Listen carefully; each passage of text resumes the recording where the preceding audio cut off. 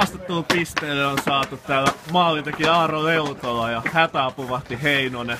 Anssi joudut vähän yllättäen maaliin, että miltä tuntui näin pikahälytyksellä joutuu maaliin? No ei siinä mitään. Aina pitää olla valmis kun kutsu käy, niin mikäs siinä. Ihan hyvä fiiliksi ja pitkästä aikaa taas kentällä ja ei siinä mitään. Ihan jes. Miten peli sun mielestä meni? Oma suoritus? Aina voi mennä paremmin. Yksi vähän helppo maali meni, mutta ei niillä voi mitään, niitä tulee joskus.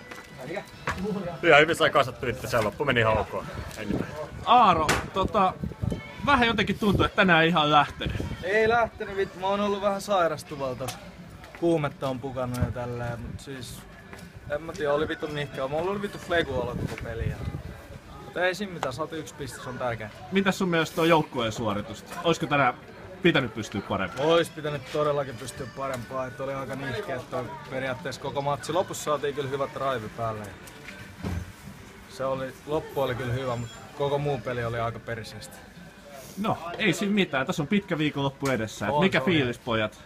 Pero fiilis joka tapauksessa. Okei, kiitos. Yes. Kiitos.